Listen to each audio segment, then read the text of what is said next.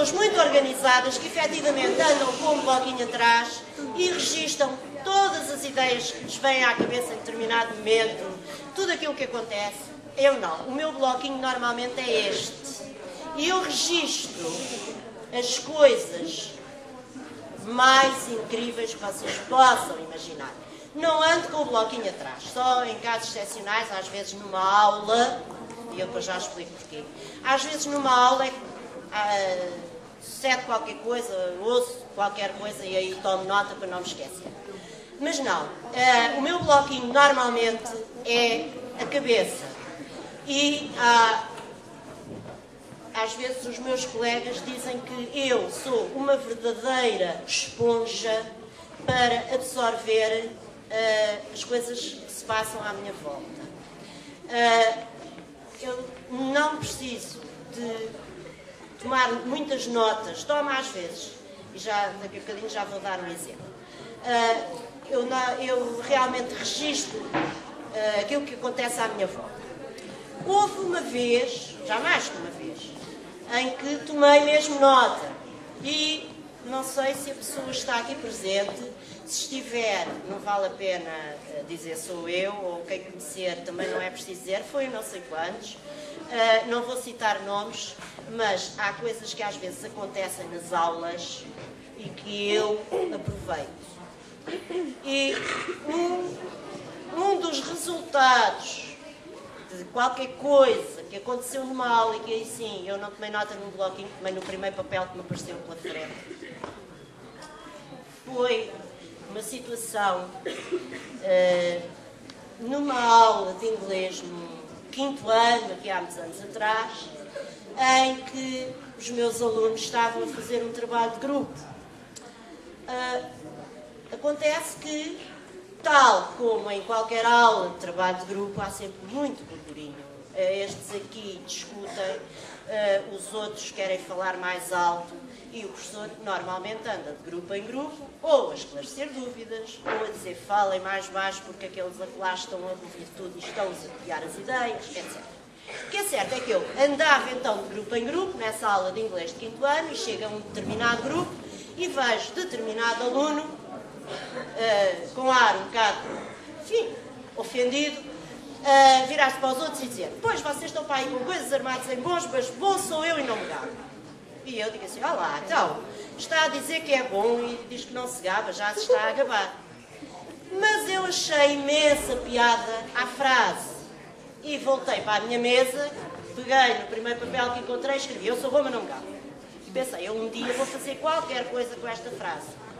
E a qualquer coisa que eu fiz com a frase foi dá-la como título a este romance: eu sou bom, mas não me gabo.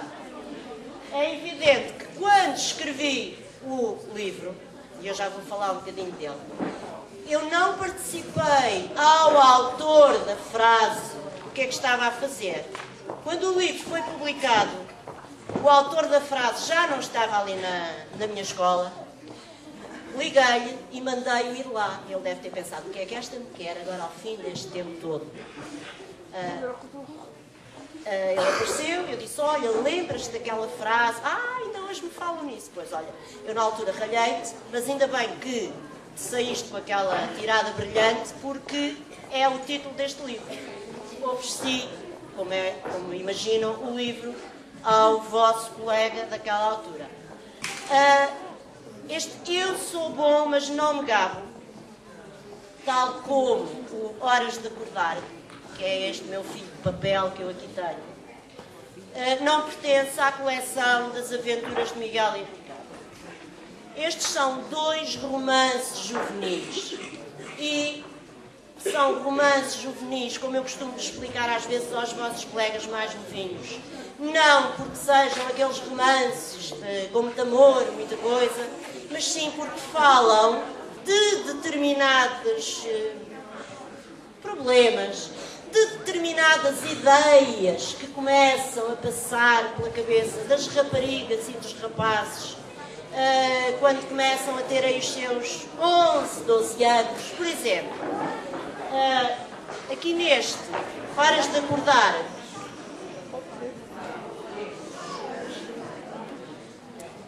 personagem principal é uma rapariga, uma tal Alexandra Cristina, que aí, por volta dos seus 12 anos, começa a achar aquilo que acham, se calhar, ou que já acharam, algumas das raparigas que estão aqui na sala, que de repente, lá em casa, parece que a família passou a implicar com elas. Que o cão, que era tão amigo e que as lambia sempre que elas chegavam a casa, passou a dar-lhes dentadas. Que a melhor amiga deixou de ser a melhor amiga delas e passou a ser a melhor amiga da pior inimiga. Portanto, há assim uma altura em que as raparigas começam a ter assim umas sensações esquisitas. Mas depois, com o caminhar do tempo, tudo isso passa. Com o tal eu sou bom, mas não me gabo, cujo título é a tal frase que o vosso colega disse. Aqui as personagens são 5 rapazes que estão no 8º ano, vésperas de nono, uns passaram para o nono, o outro houve um que não, em que começam também a viver umas situações um bocado estranhas. Todos eles eram muito amigos e depois de repente começa a acontecer o que se calhar também tem acontecido a alguns rapazes, ou já aconteceu a alguns dos rapazes presentes, que apesar de serem muito amigos, às tantas, por qualquer motivo sem grande importância, dão 2 murros no melhor amigo. Zangam-se assim de repente, já aconteceu. Pois já. Mas depois também essa fase, passado 1 ou 2 anos, também passa. Isto a propósito. Se eu ando com o bloquinho, não era? Não ando com o bloquinho. Registro as coisas.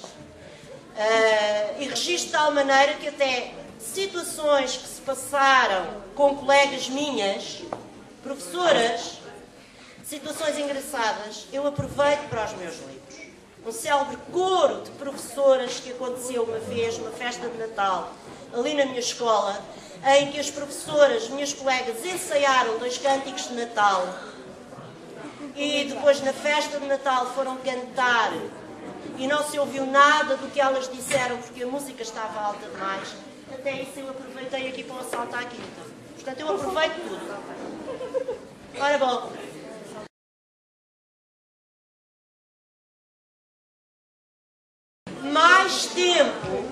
Mais tempo do que qualquer outra pessoa muito organizadora. É assim.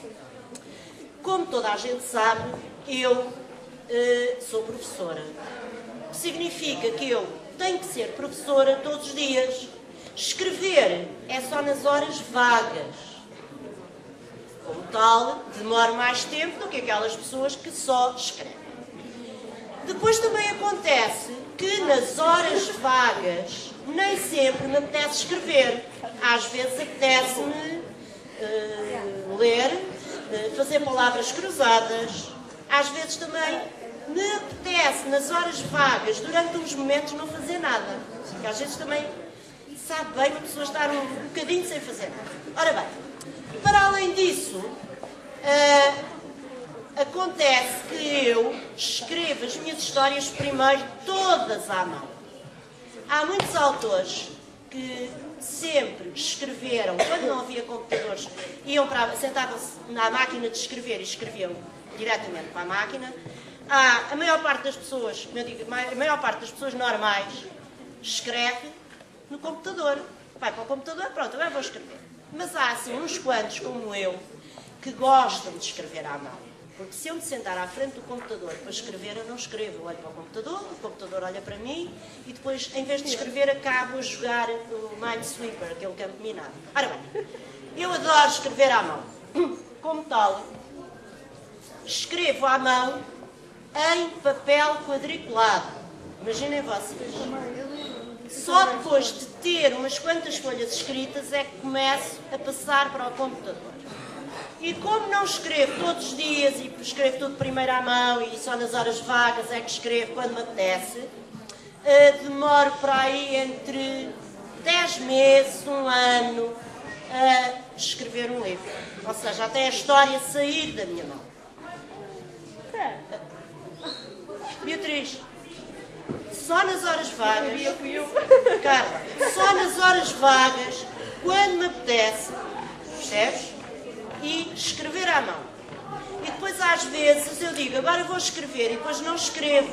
acabo por riscar quase tudo aquilo que tinha escrito na véspera. E depois altero. Portanto, entre 10 meses, um ano e pouco.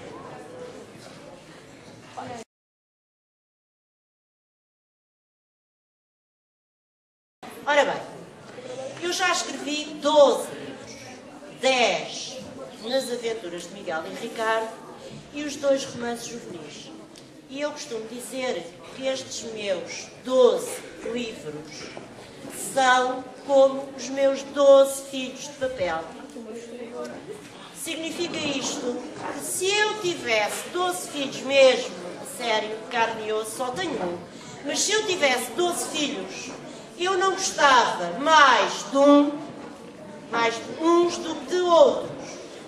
As pessoas que conhecessem os meus filhos é que poderiam simpatizar mais com o meu filho mais velho, achar que o meu filho do meio, que era uma pessoa mais ou menos comestível, que o mais novo, que era a pessoa mais antipática que se possa imaginar. Com os meus livros acontece a mesma coisa. São feitos por mim. Gosto de todos eles, divirto-me a escrever todos eles. Portanto, são todos diferentes, mas gosto de todos eles. Agora, quem os lê é que pode ter uma opinião diferente.